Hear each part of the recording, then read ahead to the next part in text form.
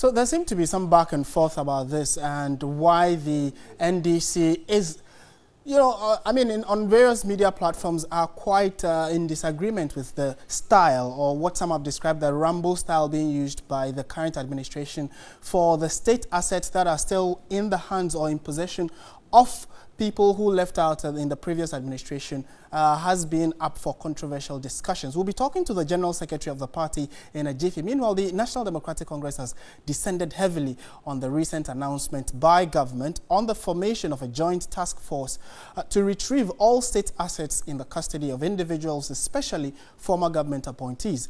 The statement from the Chief of Staff, Madam Akosua Fremau, said that the task force will be composed of officers from the Ghana Police Service, the Ghana Revenue Authority, that's the Customs Division, the Bureau of National Investigations, BNI, and the Driver Vehicle and Licensing Authority, DVLA, and the Office of the President. But the statement has also been issued, a counter statement for that matter, has been issued by the NDC's General Secretary, Asiedu-Dartey, on Saturday, and said that the task force, quote, can only be an implausible cover-up for the state-sponsored thuggery and violation of the human rights of innocent Ghanaians over the last 4 weeks, unquote.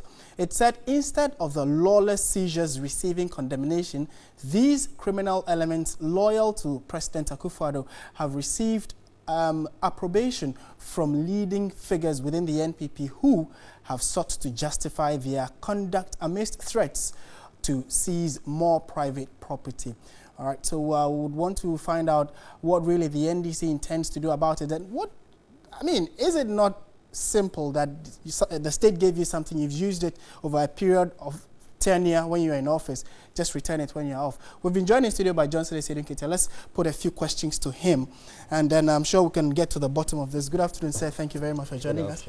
And official report to you. Thank you. All right, to start with, what is the perturbation, as some would say, of the NDC? Is it not in order that you were in power for 4 years, you used a state asset, or you lived in a state property, and then after the tenure, maybe even a maximum of a month should be enough for you to vacate or return whatever asset you used? Is it out of place?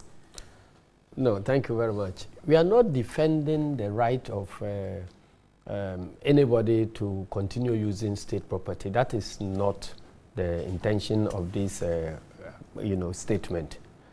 We are rather condemning the lawless way that people who claim to be the patriots of this country going around seizing what they claim to be state property. In the first place, there is no description and the list of the state property that they are looking for. There is no identity of the people who are on that type of rampage.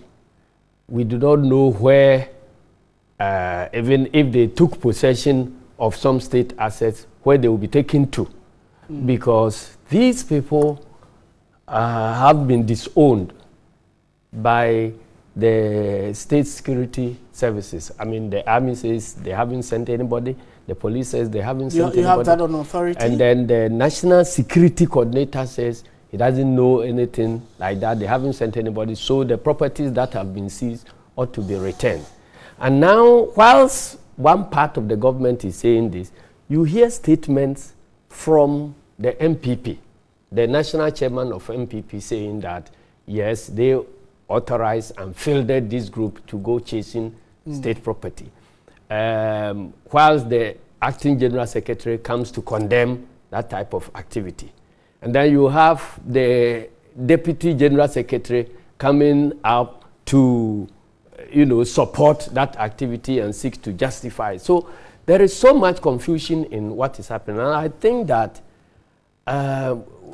because we didn't want to go into another lawless transition like that, having witnessed what happened in 2001 and to some extent in 2009, we as a nation passed a law to make sure that that democracy deficit will be dealt with. So now we have a law. The whole transition is governed by law. So you cannot in spite of the law, go to take something into your own hands. We know that the statement that purports to say that there's a task force was released on the 3rd of February. So and today is the 6th. So let's say 3 days ago was when the statement was released. So maybe, per what we know, we do not know who and who constitute that task force. And per what you're saying, some of the state institutions mentioned, the Ghana Police, the Army and the rest, have not come out to state who is part of the task force. So from what I'm deducing, we do not know the identities of these persons. Yeah. And there's a likelihood that party supporters or members of the NPP could, say they are part of that task force and go on a rampage of collecting and seizing property. Is that the No, position? There is a group already operating. But is that group that would not know their identity? Then the government should now come, condemn that group, and make sure that group is disbanded, and those who are engaged in that group ought to be prosecuted for doing the wrong thing.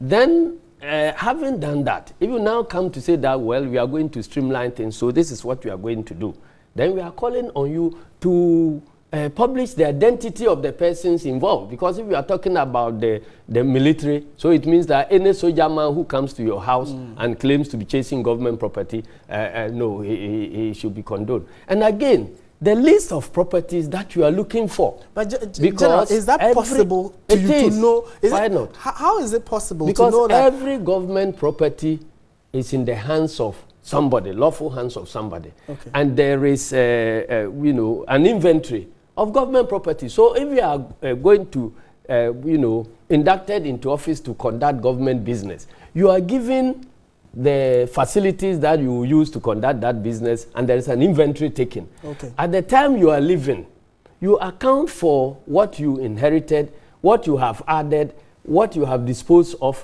and the balance to the next person. So if the next person taking over from you has questions, has doubts about the integrity of the list that has been given to you, you are the first person he should be asking. He cannot leave you there and go form some task force chasing ordinary citizens in the street. Okay, so clearly I'm also again understanding that the modus operandi of this task force should be made clear, and then the list of properties they are looking for should also be made. Precisely, so that members of the public will also assist. And don't think that because MPP has won elections, everybody in all other parties have ceased to be patriots of this country. Okay. We are all duty bound to help retrieve and protect government property. But we should know that these are the guidelines, so that nobody abuses that to be chasing at their own enemies. Because there are instances about what has happened already. I've told you that, my special assistant, for instance, was chased around for his vehicle. If he had not insisted on the right procedure for them to go to a police station and or to go to National Security Office for them to, apologize and release his vehicle would have been taken away by now. And after that, this group that is operating, as many vehicles or assets that they are able to recover, who are they going to account to? Because they are not public officials. These so-called Abronye or some party people going around, when they recover those vehicles, whom are they going to account to? Maybe what we have on the statement released from the seat of government would give some clarity to that. We'd also try to see if we can speak to someone from government to help us understand some of the issues that have come up, because we are clearly also aware that when people are out of office, they should return property. But in this case, to whom are they sending those properties if they are retrieved? But my other question to you, General, would be, has the party, instead of outrightly condemning the style that the so-called task force is using, have you also gone on to tell government appointees in the previous administration and everybody who has a property belonging to the state to return it, because it is well over a month since the new administration has come into office? First of all, how do we know somebody is holding on to government property? But you just stated that before you came into office, you are giving a list of items you are going to be in charge of. So when you are leaving, if I could land so that you understand okay. where I'm coming from. You're answering half of the questions when you haven't heard them. How do you know that there are government vehicles or government property that has not been returned? Okay, Chairman, just a second. I'll come back to you to land. We have been joined by Portia Gaba, who is with Dr. Kwesi Ening on the issue regarding the work of the task force. So let's listen and then we'll come back in studio. Respect for institutional processes and mechanisms, but even more disturbingly, this rather disrespectful perception that public service is an opportunity for personal gain. And I think it's unfortunate that we have gotten to this position, but establishing the task force must be done in a manner that strengthens the rule of law, that ensures that there is oversight, and that ensures that this doesn't become a repetitive feature of our political space. Are you worried that this issue has been overly politicized, especially the opposition coming in to say that this could be an avenue for state-sponsored thuggery? What are the security implications? Well, I think it's unfortunate that the language is also one of uncertainty, of violence, of threats, and the behavior of institutions in a Rambo-style manner that is not becoming of a political or of a democratic system. Both parties cannot critique each other because they all use the same tools and the same instruments when they are in power. What we need to do is an institutional, legally binding process, and I think the transitional office must be given the tools and the power to play that oversight role in ensuring that state properties are handed over when you leave office, but also to criminalize the deliberate attempt at appropriating state property. Because you see, that brings about disaffection in the public, that brings about pain, and I think it's something that the political parties themselves must have an interest in saying, if you represent this political party and you leave office, you have to be assessed as to having left behind the instruments of state that were given to you to perform a service, simple and pure. If you take it away, it must be criminalized and people must be punished. So we can put a stop to this. What's the way forward? You did talk about the Rambo style, people going with, we saw what happened with Kofi Adams. What should be the way forward? Well, the way forward is that the office must have the appropriate intelligence as to what kinds of resources or equipment they are looking for, to go to a judge if it's necessary, to get that legitimate authority to visit that property and to say, well, Mr. X or Miss Y, we have this warrant. We think you have these properties in your stead. We want to have a look at it. We want to take them away if possible. Then let's use the law. That is the only way we can build a society and a nation that is predicated on the rule of law.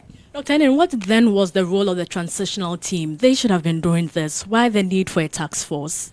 I remember just prior to the transition, the boss came on television and in a very painful, rather sad manner, spoke about the lack of logistics for his office. So one is to establish, I think it's the failure generally of the state to resource its offices and institutions in a manner that allows them to work. Let's give them the resources that they need, and probably the task force might not be necessary.